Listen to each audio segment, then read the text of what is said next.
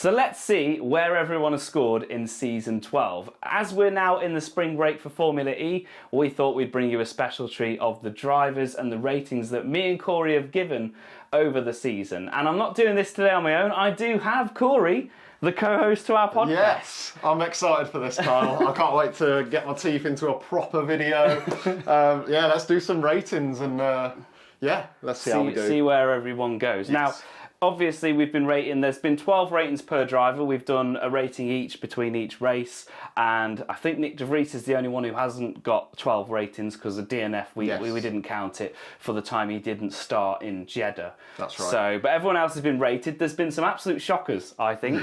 We were looking through it and was like, how is this even possible? So some are quite predictable, but we really hope that you enjoy this video. And I will start off with 20th, who's rated 4.4, and that is Nick De Vries.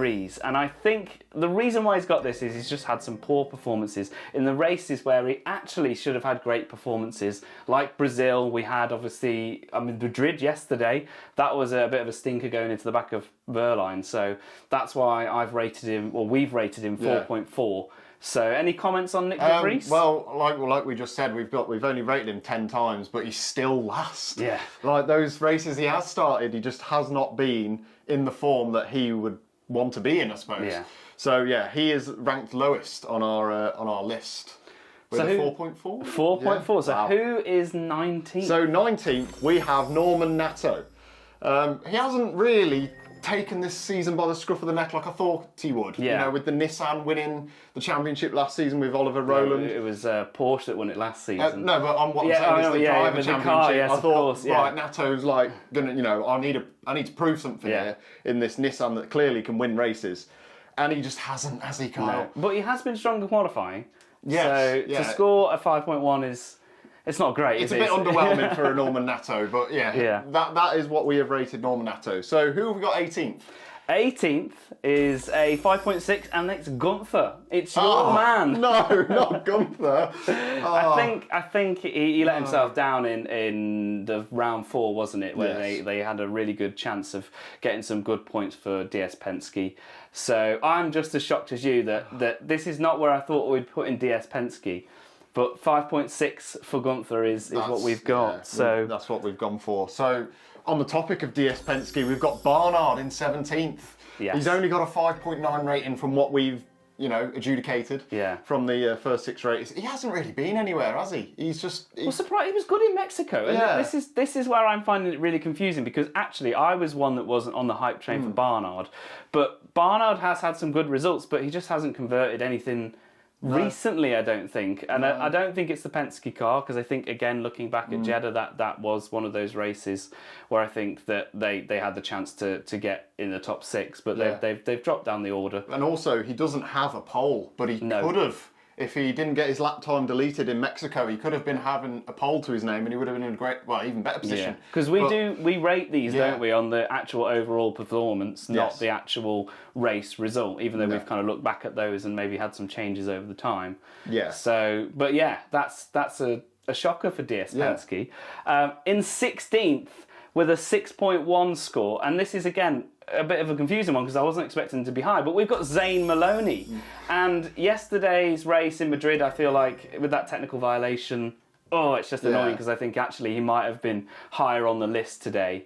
But 6.1, Zane Maloney, I think he's not a rookie, but he's definitely one of the best of the lower end drivers. I think he's been very unfortunate in these races. Like, obviously, he had that crash in Jeddah where he kind of got barged into, and then obviously the technical infringement that he had yesterday in the race. We were obviously filming this the day after the race.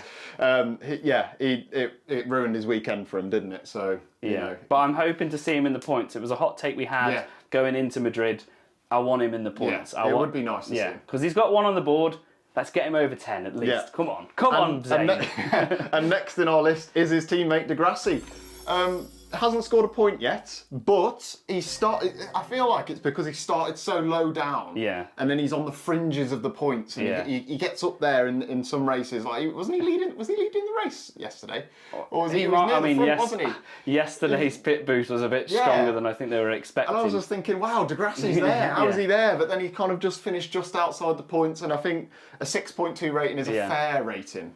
And as a world champion, he is their sort of development driver to get the Lola into Gen 4 and fast. And I think once that car starts performing with the rest of the grid, which I think we forget about Lola, are on the back foot. So, Yeah. But they've had the opportunity to get up there, but I think some of the race results haven't gone his way, and I think there is an opportunity that they could have been better. And with Penske, it just proves it. Our ratings, we put them above Penske, both of them, and I think that's one of the big shocks. Yes. So, who have we got for 14th? We have Drugovich with a 6.3 rating. You said, are we sleeping on him? Yeah. I think he's had a few questionable results. He is a rookie, though. So I think to score 6.3, he's better than the lower half. Yeah. I think it's fair for a rookie to have such an average rating. I know Drugovich is yet to score, and you might be thinking, oh, why have you rated him 6.3 or, for not scoring any points? But like we said, he's a rookie. It's his first full season, and I think he hasn't had a disastrous race in my opinion.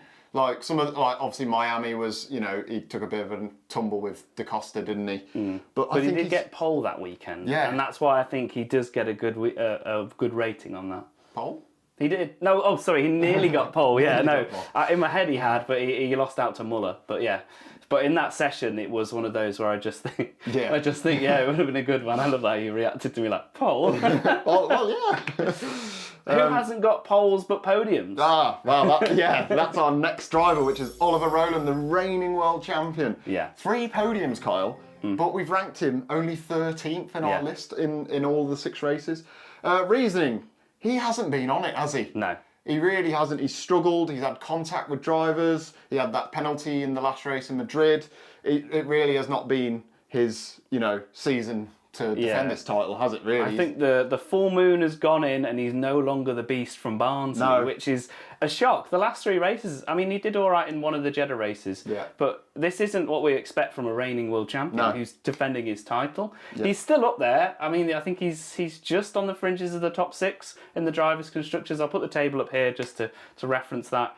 But yeah, I think it's a shock. I think maybe as we get more into the double headers, we'll see him climb again, but it's definitely, for me, a Jag Porsche race at the moment. I think he's the beast from back then. That's a brilliant one. In 12th position with a point scoring of 6.5, we've gone for Dan Ticktum. I think he had a very, very bad start to the season. Yes. Some of his, I don't think actually it was any of his own. No. I was blaming Nick De Vries for the first 2.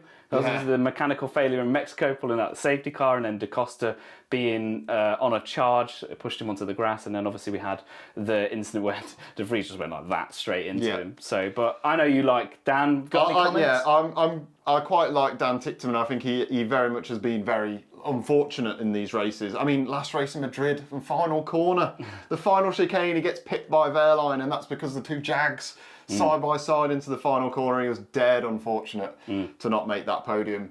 I'm gutted for him on there. But we did rate him high. I think we probably gave him a 10 on that one. Yeah, I believe. Throughout that race, he was up there, wasn't he? And he looked good. He did that long pass around the outside of Pascal Wehrlein as well. The Germinator. Yeah, the Germinator. So that's a new phrase for him. Yeah, I think his racecraft has earned him more points than obviously the results sort of show.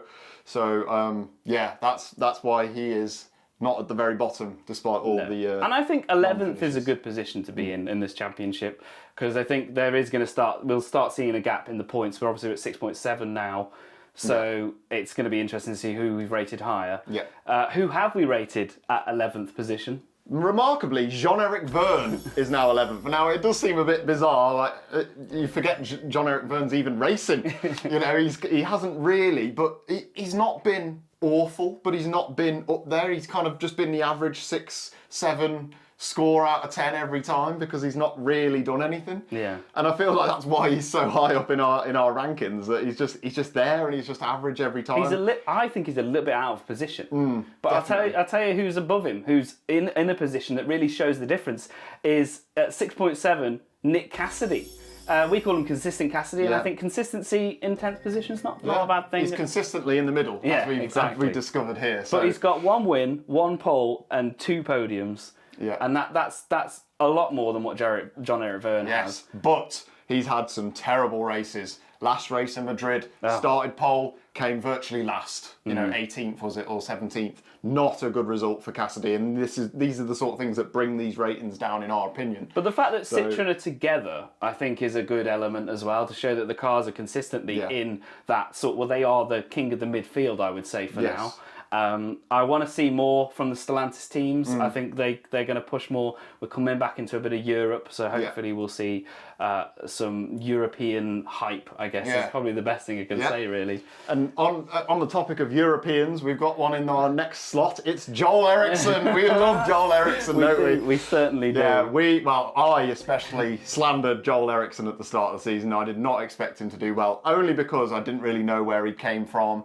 He didn't really I didn't know too much about him, basically. Yeah. And look what he's doing. He's doing great, isn't he, Kyle? Currently rated at 6.9 in our ratings. Yeah. And I think he's one of those he's adding to Envision's totals all the time. Like last race, he scored that last singular point.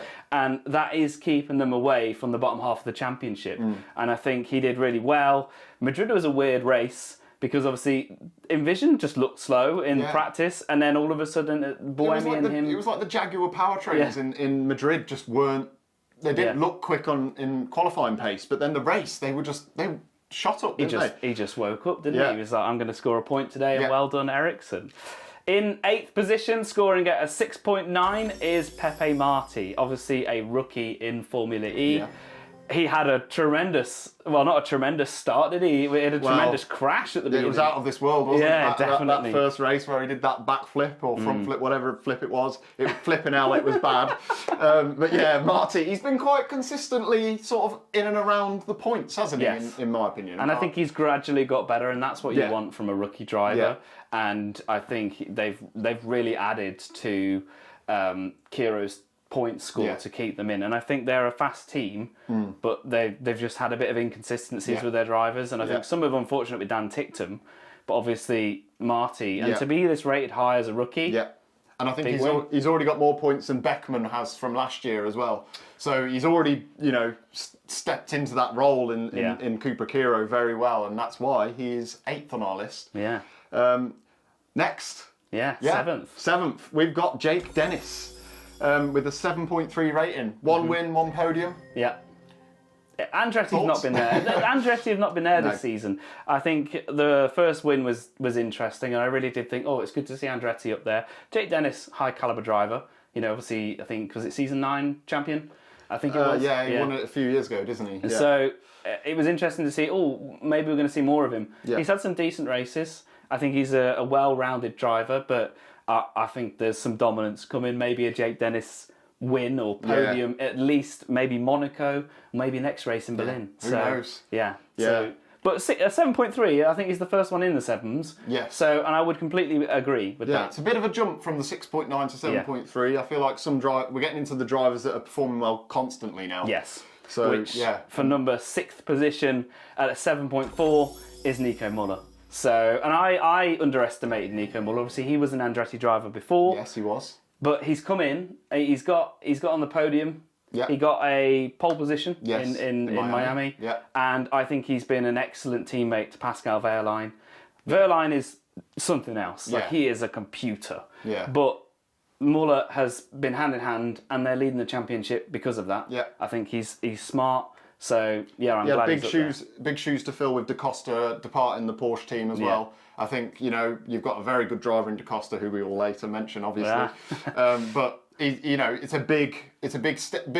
What am I trying to say, Carl? Big shoes to fill. And he's done it well, in my opinion. I think he's consistently in the points. He's consistently up there. I think. Overall, I think it's a fair rating. He would have had a bit higher. I think he's had a few 8th positions. Obviously, still scoring points.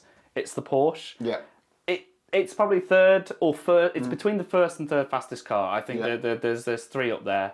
So, I think Muller's done superbly well. And speaking of fast cars, we still don't know how he's so fast. We've got Buemi in 5th with a 7.6 rating. 1 pole, 1 podium. Thoughts? I'm love him, don't you? I'm really impressed with him. Yeah, I'm really impressed with him because I think Envision obviously had the win last year at Monaco. I can't say Monaco for some reason. And I think that was from the back of the grid as well, wasn't it? Was he quite far down? Yeah, I think so. But check that one for us. But Buemi, I think, has been quick, and I think he'd be rated a lot higher had he not had that incident with himself in Mexico. Apart from that, he has been really quick in the Envision car. Yeah. And obviously, I think he's definitely showing he's a lot better than Ericsson, but it shows that he's in a quicker car. So I think that pays with experience as well. Yeah. You know, he's been there since the start, hasn't he, Buemi? Yeah. So I think when you get a rookie coming in like Ericsson, I think Buemi is a good mentor to have as a teammate, I suppose. Yeah. And and that's why we've rated him so highly. And I think Envision are out of position in the championship. I don't think they should be as high as they are, but I think Buemi's pulled those points in. And it's now just trying to get Ericsson to pull those points in as well. Because is he a good driver or is he in a fast car? And that's what we said about Norman Nato. Like, why is he so different to Oliver Rowland? Well, can we get Ericsson to the Buemi stage, or is Buemi just a really good returning driver? In fourth position with a 7.9, we've got Edo Mortara. He has been super consistent, and I think it's really unfortunate what happened in Brazil, because I still think he would have got another 10 points maybe in there, and he would be really close to Verline, fighting for, the championship closer than what it is now. He could well be leading the championship by now if fortune favoured him. But yes, Mortara, 2 podiums. Yeah. He's been solid, hasn't he? And he's obviously the double pole in Jeddah, which is obviously a big helping hand.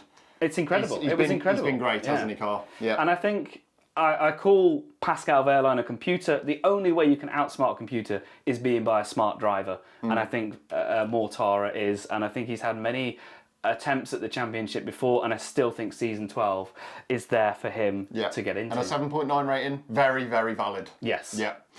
Next, we've got Mitch Evans in third with a 7.9 rating as well as Mortara. Yeah. Very solid season for Evans. 1 win, 3 podiums. Yeah. You're a Jag fan.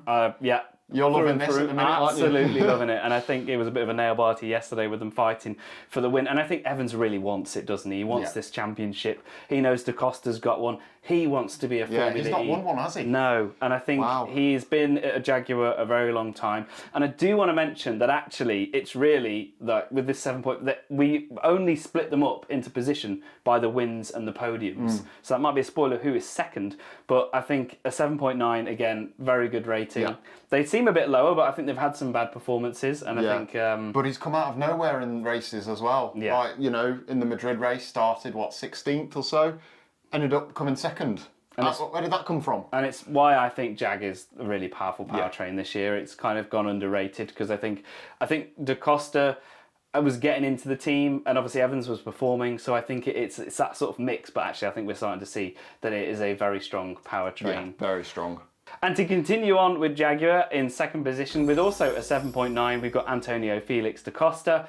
I think what an amazing achievement to come into the team from Porsche into a new team, 2 fast cars. He's sort of picked it up now, and now sort of the blunders have gone. He's now fighting Pascal. I might as well just walk off now, let you have your moment talking about yes. Felix da Costa. The DAC is back, isn't The DAC is back. Yeah, 7.9. Yeah, amazing. 2 wins. That's so unrare in Formula E. In a row as well. Yes. 2 wins in a row for DAC. Second in our list, 7.9. Yeah. I think it's justified, isn't it? It's an amazing achievement. Yeah. And hopefully, these 4 are definitely in the last are the ones that are contending for this championship if they stay as consistent and as fast and as dangerous and as amazing as they are.